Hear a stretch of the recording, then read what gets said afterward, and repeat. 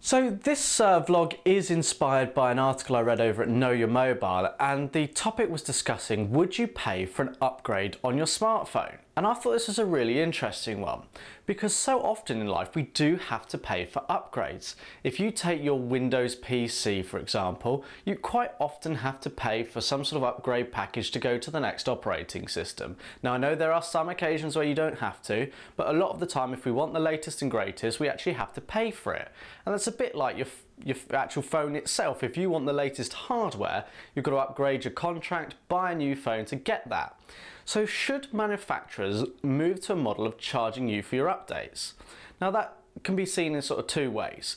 Yes, there is an absolute need for manufacturers to put out updates to their devices without charge. So stability issues, maybe to the next version of Android if you've got an Android device, and that same thing applies for Windows and BlackBerry to a degree. However, if your device is say 12 or 18 months or even 24 months old, there comes a point where a manufacturer has to cut off the amount of support that they're going to give it and the number of updates, because they naturally want to push new hardware. There's been advances and the amount of time and effort that goes into producing an upgrade is quite significant, and they have to foot the bill for that. And whilst a lot of users want the upgrade, there's also a large number who wouldn't be too bothered. You know, they're still actually using one of the earlier versions of the software on their device because they haven't done the updates. But with the recent news of the Desire HD not getting the latest version of Android, it does throw into question that if there was a charge, would you pay it for an upgrade to your device? Now, of course, it's going to depend on what that charge would be. And the fact of the matter is, a lot of manufacturers would have to do all the development and all the testing before they could actually charge you for the upgrade. So it wouldn't be until they've done all the legwork would they actually get any money back. And it's not to say that the money that they will get will actually cover their cost of development. But it's still an interesting point, and one that I would kind of like to know, would you?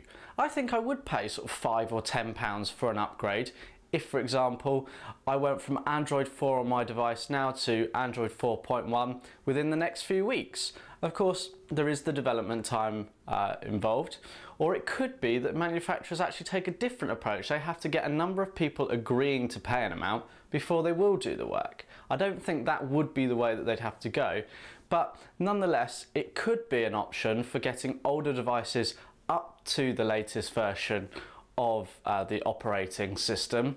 I don't think it's one that's necessarily sustainable, because if you move to a charging model, you could say that a device that's 3 years old should really try and get the best update it can, and there'd be an argument, well, I'm paying for this, so why don't you do it? So there's a lot of caveats around it, and it's not like Windows operating system on the desktop PCs or laptops that happens every few years. We could be talking on Android with something that's every sort of few months. You know, it could be 6 months intervals. Something like Windows Phone or BlackBerry isn't quite so fast, but the ratio is still higher than it would be for a desktop or a Mac computer, for example. So let me know your thoughts by leaving some comments below.